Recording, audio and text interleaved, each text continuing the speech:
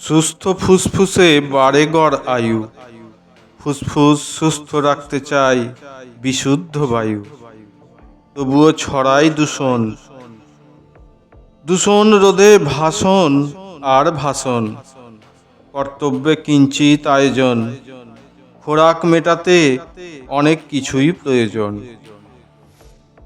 মনের খোরাক মেটাতে কবিতা লিখি। কবিতা লিখে উপার্জন হয় কি না আমি জানি না। কবিতা লিখতে গিয়ে সময়টি নষ্ট করে ফেলেছি। পরিবার থেকে যখন তখন শুনছি এমন গঞ্জনা। শুনি আধুনিক সমাজে কবিতার অর্থ একেবারেই ব্যর্থ। কজনই বা বুঝে পড়ে, মুখস্থ করে ছোট ছানা। মনে কবি কবি ভাব এলে গজায় ডানা, উড়তে নেই মানা। রঙ্গে রন্ধ্র সুরঙ্গে তরঙ্গ তুলে করে সাধনা। কথাগুলো ছন্দে ছন্দে আন্দোলিত হয়। আন্দোলিত ভাষাগুলোই প্রেম, হাসি কান্না দুঃখ বেদনা।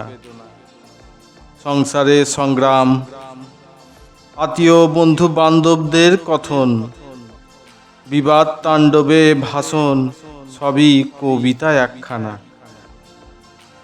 আমি লিখে রাখি, কেউ ভুলে গিয়ে আবারও ভাবে। কবিতা হলো গুটি গুটি পথে চলা ভাবনা। কি করে বোঝাবো ভালোবাসা কি? ভালোবাসার ভাষা খোঁজার জন্যই হন্যে হয়ে যায় আনমনা। প্রতিবাদের প্রতিচ্ছবি, প্রতিবাদীর প্রতিদান। ধুলায় লুণ্ঠিত মান সম্মান সবেতেই কবিতা টান টান। হাসির আহ্লাদে ভাসি, সামাজিক অর্থনৈতিক রাজনৈতিক বিভৎস দৃশ্যে হৃদয় হয়ে যায় খান খান। অনুভূতি আবেগগুলি বারে বারে মারে টান। হৃদয়ের সুরঙ্গে তরঙ্গ তুলে মান রাখে কবিতাখানা।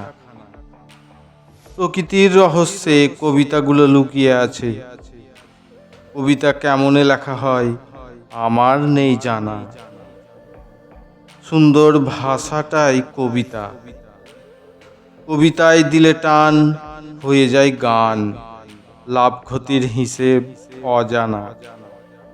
চারিদিকে শুধু দেখি কবিতা আর কবিতা।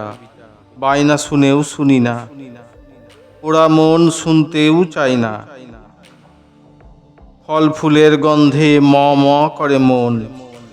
আলোতে করে চিকচিক, নীরব অন্ধকারে ভালো লাগে জোছনা। সাজানো শুধু আয়না, তালে বাজছে বাজনা। থামবে না গঞ্জনা, এও এক কবিতা উচিত সবার শোনা। করোনা করে ফিসফাস, ভয়ে আছে ফুসফুস। কবিতাটি কার জন্য লিখলাম আর জানতেও চেও না। জানলে এ সময় স্থির হয়ে যাবে 12টায়।